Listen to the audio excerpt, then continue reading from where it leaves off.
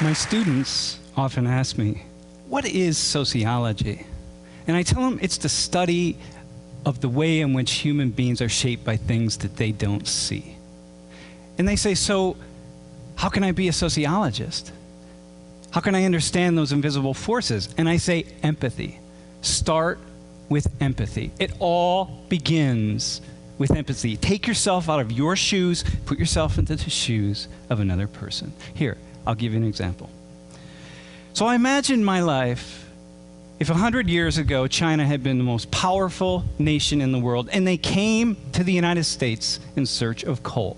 And they found it, and in fact they found lots of it right here.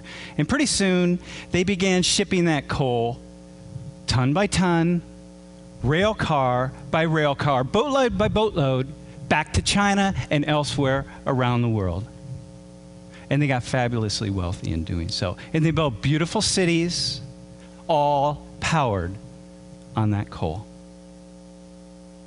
And back here in the United States, we saw economic despair, deprivation. This is what I saw. I saw people struggling to get by, not knowing what was what and what was next.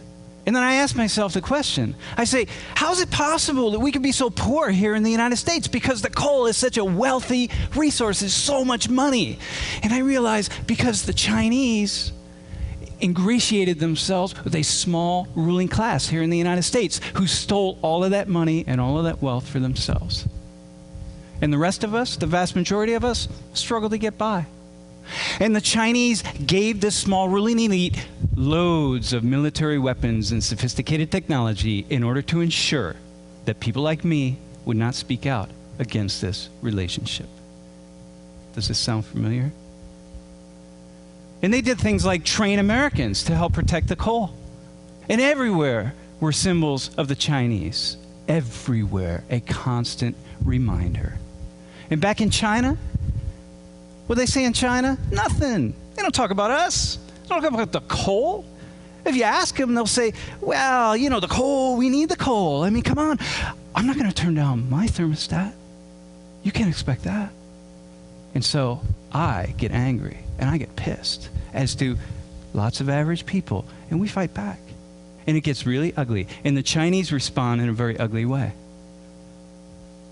And before we know it, they've sent in the tanks, and they send in the troops. And lots of people are dying. And it's a very, very difficult situation.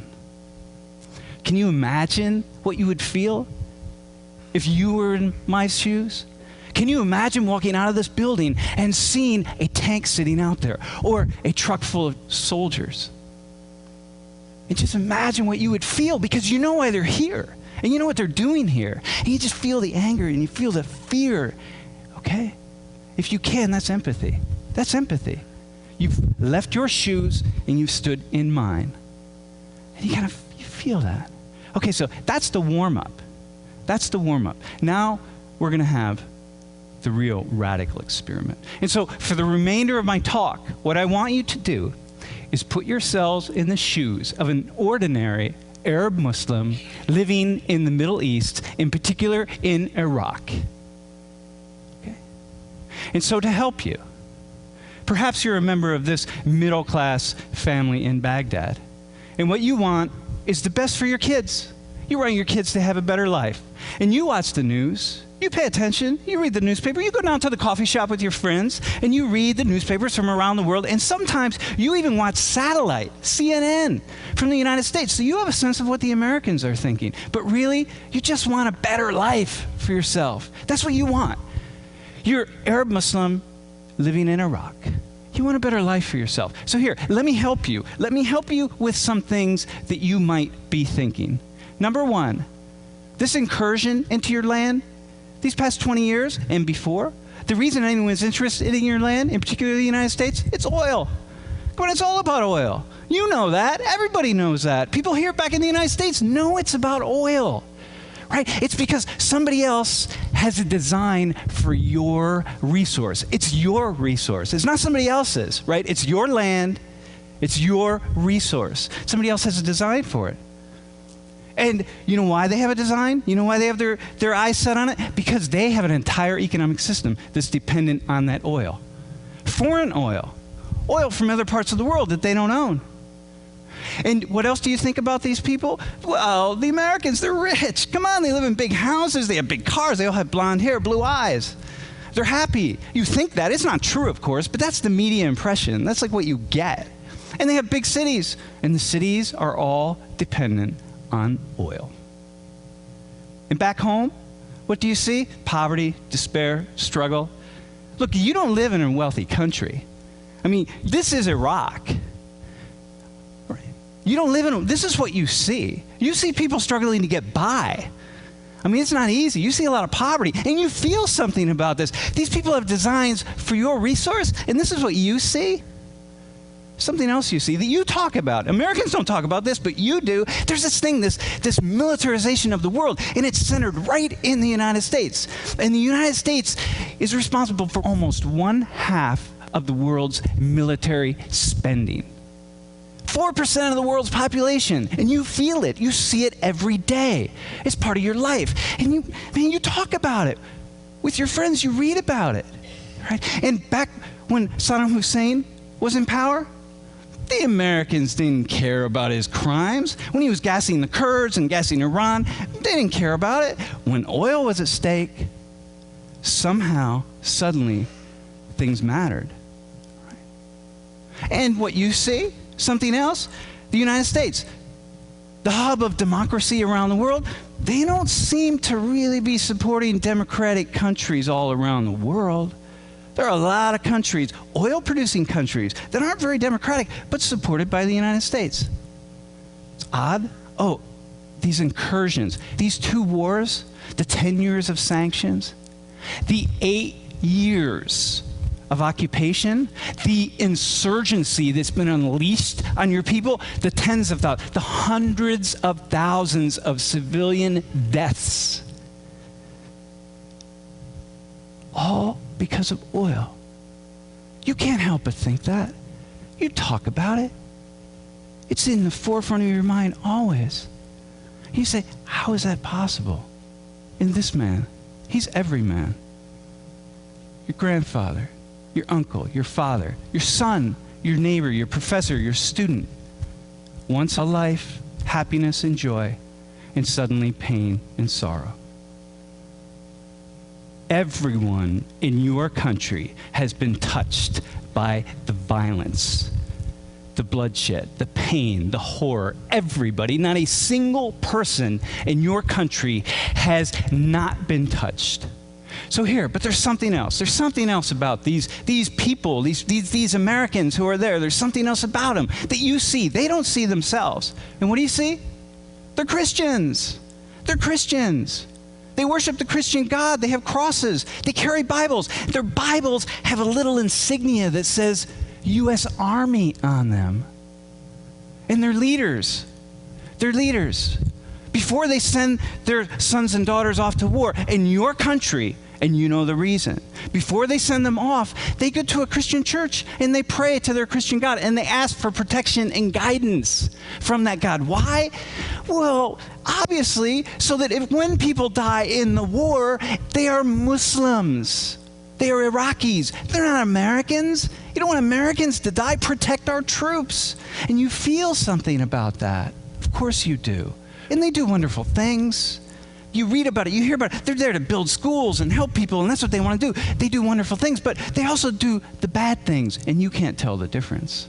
In this guy, you get a guy like Lieutenant General William Boykin. I mean, here's a guy who says that your God is a false God. Your God's an idol. His God is a true God. The solution to the problem in the Middle East, according to him, is to convert you all to Christianity. Just get rid of your religion. And you know that. Americans don't read about this guy. They don't know anything about him, but you do. You pass it around. You pass his words around. I mean, this is serious. You're afraid. He was one of the leading commanders in the second invasion of Iraq, and you're thinking, my God, if this guy is saying that, then all the soldiers must be saying that. In this word here, George Bush called this war a crusade. Man, the Americans, they're like, crusade, whatever, I don't know what that means. You know what it means. It's a holy war against Muslims. Look, invade, subdue them, take their resources. If they won't submit, kill them. That's what this is about. And you're thinking, my God, these Christians are coming to kill us. This is frightening. You feel frightened. Of course you feel frightened. And this man, Terry Jones, I mean, here's a guy who wants to burn Qurans, right? And Americans, he's a knucklehead. He's a former hotel manager. He's got 3 dozen members of his church. They laugh him off. You don't laugh him off. Because in the context of everything else, all the pieces fit. I mean, of course, this is how Americans think. And so people all over the Middle East, not just in your country, are protesting. Like he wants to burn Qurans, our holy book. These Christians, who are these Christians? They're so evil. They're so mean. I mean, this is what they're about. This is what you're thinking as an Arab Muslim, as an Iraqi. Of course you're going to think this. And then your cousin says, hey, cuz, check out this website. You got to see this Bible boot camp. These Christians are nuts. They're training their little kids to be soldiers for Jesus. And they take these little kids and they run them through these things. They teach them how to say, sir, yes, sir, and things like grenade toss and weapons, care, and maintenance. And go to the website. It says U.S. Army right on it. I mean, these Christians, they're nuts. How would they do this to their little kids? And you're reading this website, and of course, Christians back in the United States, or anybody says, this is some little tiny church in the middle of nowhere. You don't know that. For you, this is like all Christians. Like it's all over the web, Bible boot camp. And look at this. They even teach their kids. They train them in the same way the U.S. Marines train. Isn't that interesting?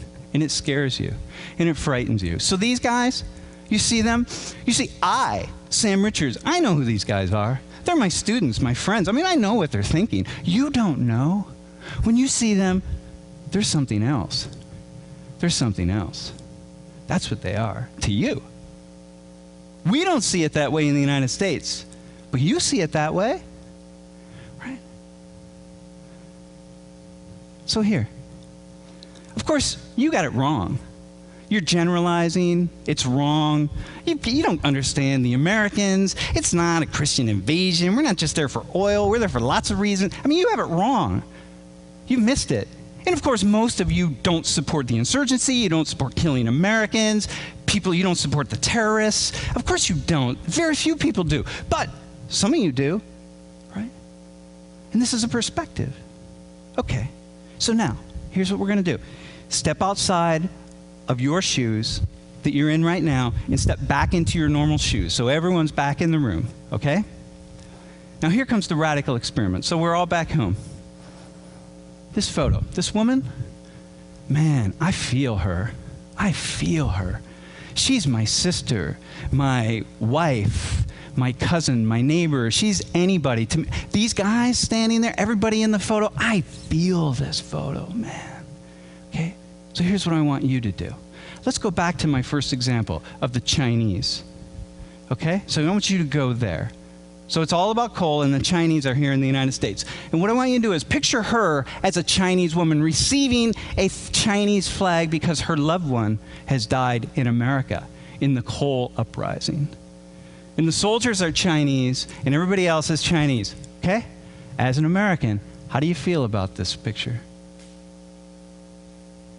What do you think about that scene? Okay, try this. Bring it back. This is the scene here. It's an American soldiers, American woman who lost her loved one in the Middle East, in Iraq or Afghanistan. Okay? Now, put yourself in the shoes. Go back to the shoes of an Arab Muslim living in Iraq. What are you feeling and thinking about this photo, about this woman?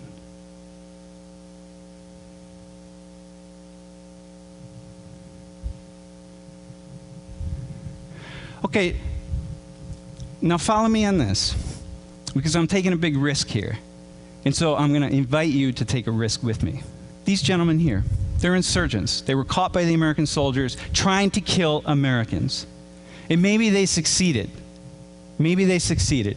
Put yourself in the shoes of the Americans who caught them. Can you feel the rage? Can you feel that you just want to take these guys and wring their necks? I mean, can you go there? It shouldn't be that difficult. You know, you just feel, oh man, right? Okay, now, put yourself in their shoes. Are they brutal killers or patriotic defenders? Which one? Can you feel their anger, their fear, their rage at what has happened in their country? Can you imagine that maybe one of them in the morning bent down to their child and hugged their child and said, "Dear, I'll be back later. I'm going out to defend your freedom, your lives. I'm going out to look out for us, the future of our country." Can you imagine that? Can you imagine saying that? Can you go there? What do you think they're feeling? Right?